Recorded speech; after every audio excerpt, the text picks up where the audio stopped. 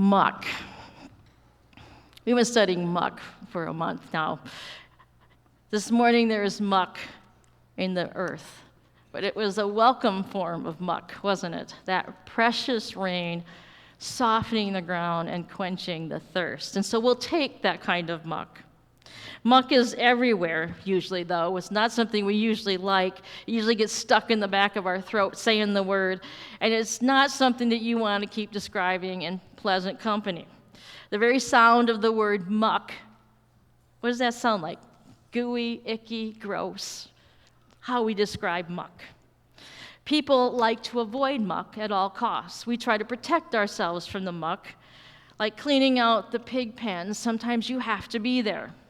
And sometimes you have to be there in the pastor basement when something mucky happens in the septic. I really appreciated those guys who came. And sometimes it's worth the muck, just traipsing through it to get the reward at the end. If you know hunting, you will wear those big chest waders to wade through the marsh to get to that precious goose or duck. And hopefully you don't fall in it and fill your chest waders. You know what I mean. Now you're really surrounded by the muck. And so there are the chest waders and the high-top boots and gloves for assorted kind of muck. There's also actually assortment of shoes and boots that you can wear for muck. Check the internet, it's all over there. There's even a site called Mucky Boots or Boots, the Muck for Boots or Boots for Muck.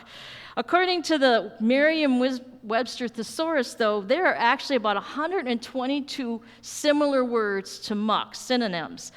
There are words that are describing like the physical kind of muck, like mud and manure, or how about gunk and crud and smut and scum and sludge and rot. Words, though, that describe it, like dirty, slimy, gooey, and gross. That's the feel of muck. But there are other words for muck that have to do with the muck-slinging we do at people, used to usually demean them or insult them or slander them in some way. And they're intentional. They're not just something we accidentally say. Words like dumb or worthless, punk, defiled, unclean, stained, soiled, or garbage sometimes describe somebody who is less than, who is mucky, who is not clean and not accepted, not seen, and doesn't belong. Mucky words come out to push people down into the muck where we feel that that's where they should be. Now, I'm not saying that we all do that, but sometimes we do that as a culture. And you know, there are no shoes or boots for this kind of muck. There are also mucky situations that people find themselves in, ways of life that are less than pleasant, but still earn an honest day's wage. People may not see those people who do that kind of job, but God does.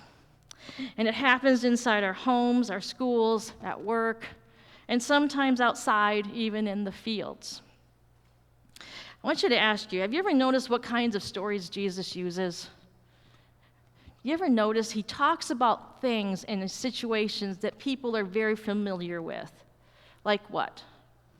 Shepherds, fishing, farming, landowners, all the things that they would know something about so that they could relate to them. And we are in a farming community, so we understand that farming and that laborer kind of story. And today he tells a story about people who are seeking a job and waiting for something. And of course, it usually means waiting for Jesus. But in the story, these people are waiting. He tells a real-life story that would have been happening in those days of laborers who wait at a certain spot in the city to be picked for whatever job they needed that day. And at this time, it is the harvest in the vineyard. In order to be in the first pick, they would have had to have been there before the crack of dawn, which meant they would have had to get up early, walk there, and wait to be selected. Because if they didn't have a job for the day, they didn't get paid. It was work, pay, work, pay. But they had to wait to be picked. And they had high hopes when they landed there waiting that somebody would see them and pick them. In our Bible study, we talked about this as, do you remember the playground where you had to wait to be picked for the team? And you all lined up, and you all prayed you'd be picked, and you knew eventually you'd all get picked, but you didn't want to be the last one picked. You wanted to be seen. You wanted them to believe in you that you could do this, and you wanted to be picked. And so the people who come for the work that day are coming because they want to be picked. They want to be seen. And so they waited. And that day the landowner comes, not the foreman, not somebody else. The landowner himself comes. And he sees the ones who are waiting at the crack of dawn, and he brings them into the vineyard, and he offers them a wage, and they agree to the wage, and they go and they work the whole day, because this means now not only do they have a full day's wage, they actually have a good wage for that day. And they were the lucky, because they were ready and waiting when he arrived. But not everyone was ready. Not everyone was picked. And so they came maybe after, too late. And so they waited for the next round. And the landowner would come 3 times that day and pick who's ever ready to come work in the fields. And he even comes late in the day when there's only 1 hour of work left, and he takes what's left and he brings them to the field. And then, as Jesus tells the story, he calls the ones who came in last and gives them a day's wage for 1 hour of work. And he does it in reverse order until he gets to the people who've had a whole day's work, and now they're ready, because if those people got a day's wage, man, they should get at least double or triple. Nope, he gives them the same day's wage. And so they questioned his good intentions. But he defends his actions, and he says this: it was his money, his choice, and he says, quote, "I don't have the right to do what I want with what belongs to me? Don't I have a right to do with what I want with what belongs to me?" Because generosity is a choice. It's right and it's humane.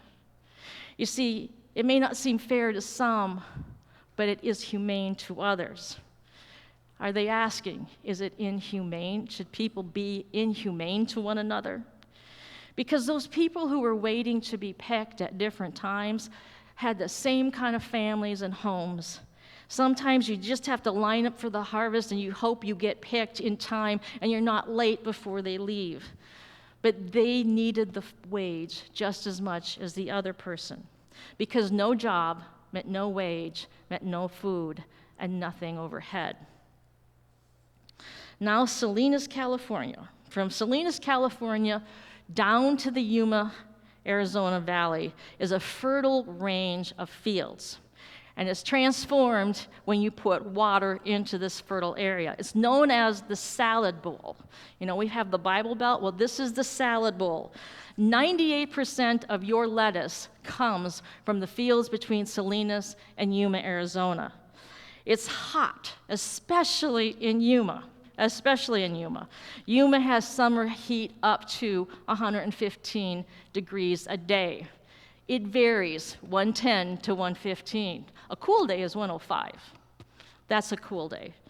And so in the months of June to August, it's too hot to grow lettuce in the fields there, and so it goes to Salinas. And let me just clarify, it is not always a dry heat. They do have a monsoon season. But the rain doesn't fall in Yuma. It falls further, north and northeast. Yuma will actually get about 1 to 3 inches of rain a year, 1 to 3 inches of rain. And so farming is much different there. Irrigation is required for the fields to be kept, and to do that you have to be on a very rigid schedule with the canal. When they open the canal for your area, you have to be ready with your field to open the canal and then shut the gate, because you don't want too much water, and you certainly don't want to miss the water rushing past, because that canal will not be filled for another few days. If you've ever seen it, you see that there are deep trenches between the rows. And so the water will fill the deep trenches with the plants above it, and will water the roots for days, maybe even weeks. So when there's muck in the field at that time, it's a good kind of muck, because you know you opened the gate at the right time.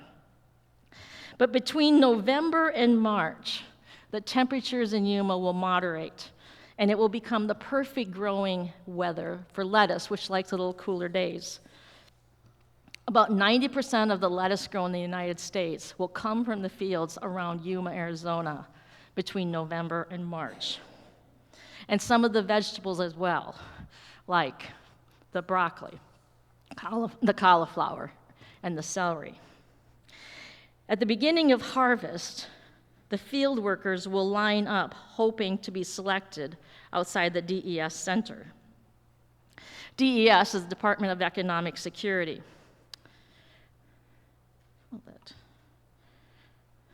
And the Department of Economic Security will sometimes handle the applications. And those applications will have you fill out everything with the documentation, including your citizenship or your legal green card. And at the beginning of the harvest, they will line up outside the DES center or wherever they might be applying for jobs. And there will be lengthy lines when you drive to work early in the morning.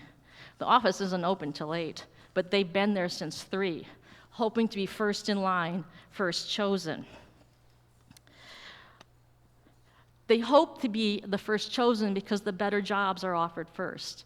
Corporations offer a little bit more wage, and they may offer season to season instead of field to field. And if they're not selected for that, they'll go for the next job, which may be field to field. I worked as a public health nurse in Yuma for a very long time. And I worked with the migrant field workers among many other different people, and they're the nicest people on the planet.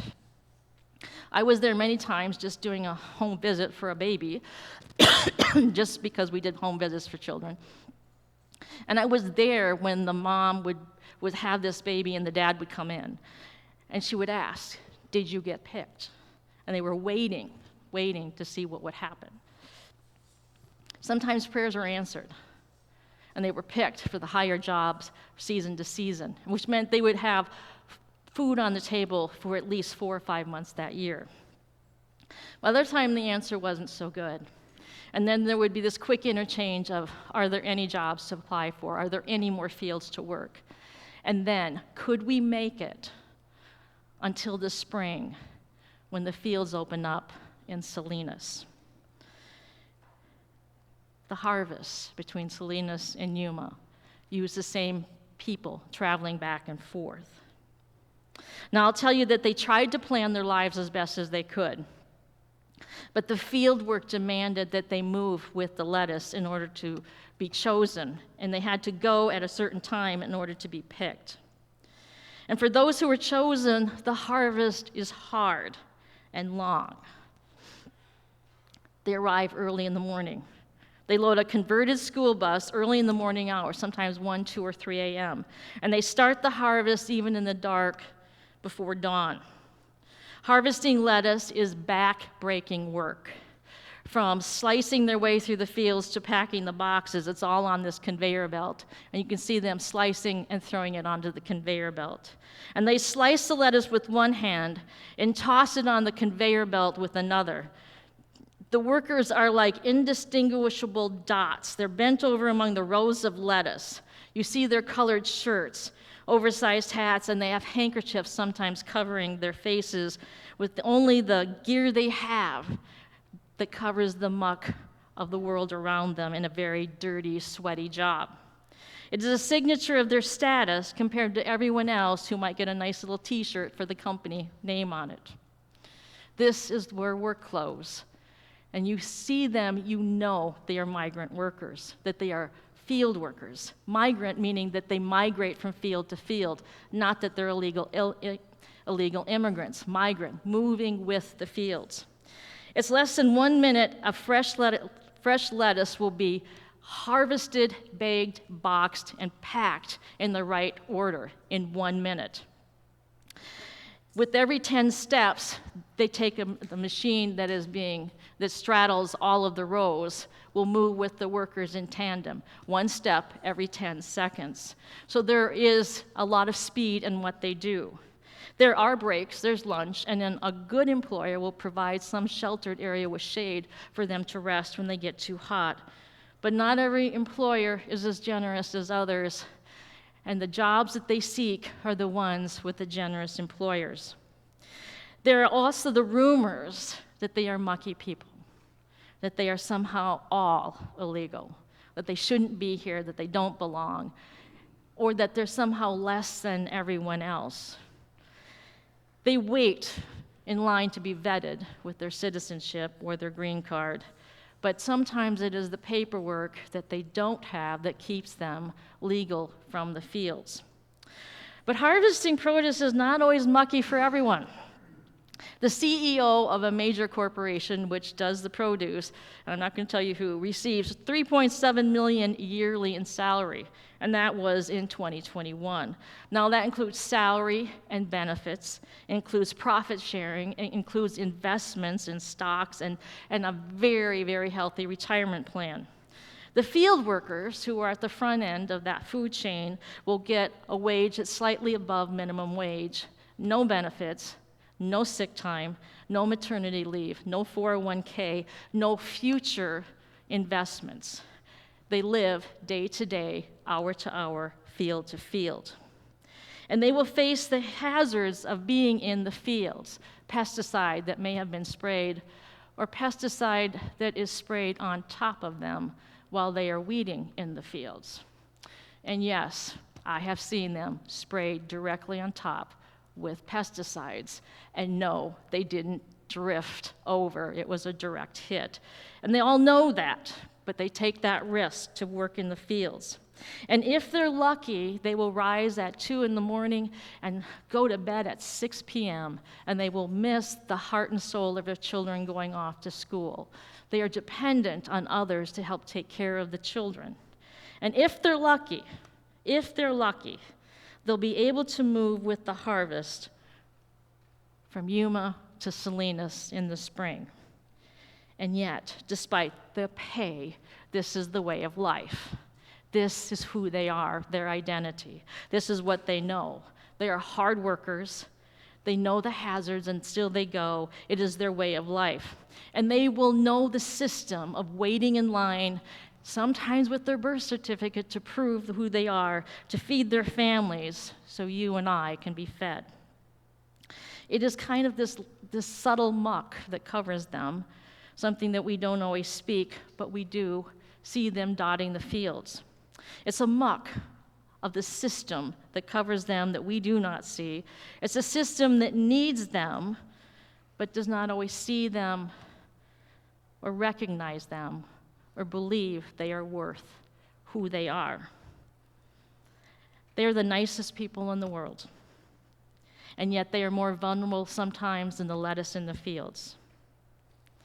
They want more for their children than this, and they will work hard to find a way to pull their children out of the cycle of the migrancy so that they can get a job in the future because they stayed in the schools for more than just a half a year. But the work is work and money is money, and so they do what they have to do for their families and their children to be picked. Friends, God sees what others do not. He sees their hearts and their efforts of their world. And heaven will put humanity back into people because that is what heaven does. Heaven puts humanity back in, not fairness. Because what is fair to us is not necessarily humane for others. So when that landowner in the story returned to see the people waiting at 3 selected times, he came at 9, 12, and 3. Do you know what those times are? Those were the pre-chosen times for prayer when everyone stopped what they were doing and they offered their prayers to God at 9 a.m., 12 p.m., and 3 p.m. And the landowner came as an answer to their prayers. Those who were waiting and praying were selected for the harvest. Now, you know that the landowner is really a story about Jesus because it always comes back to Jesus as the landowner. And he didn't send somebody else to do the job. He came himself to find those who were waiting and praying to God to be picked and seen. So let me ask you this. What is your story? How long have you been waiting to be seen? How long have you been waiting to be heard or believed? How long have you been waiting to feel human again or for things to change? How long you've been waiting for the muck in your life to be washed away and made clean? How long you've been waiting for a second chance at life or a redo or just something better than this? Heaven comes today for those who wait. Heaven comes today for those who pray. And heaven will come to fill our hearts with heaven, with love, peace, joy, and hope. Heaven can come today when you pray and wait. My friends, now is the hour of prayer. We are in the presence of the holy. And those who wait and pray, heaven will fill them today. It's time for God's grace to appear. So would you pray with me now to a God who sees you, hears you, and believes in you? Gracious God, oh, how long we've waited. You know the hearts of your people. You know why we wait. You know what others do not see. You know what happens behind closed doors. You know the struggles we face. You know the smile on our face and the depression behind our ears. You know, Lord, how long we've waited. See us, hear us, believe in us. We are ready, Lord. Pick us. In Christ's name, amen.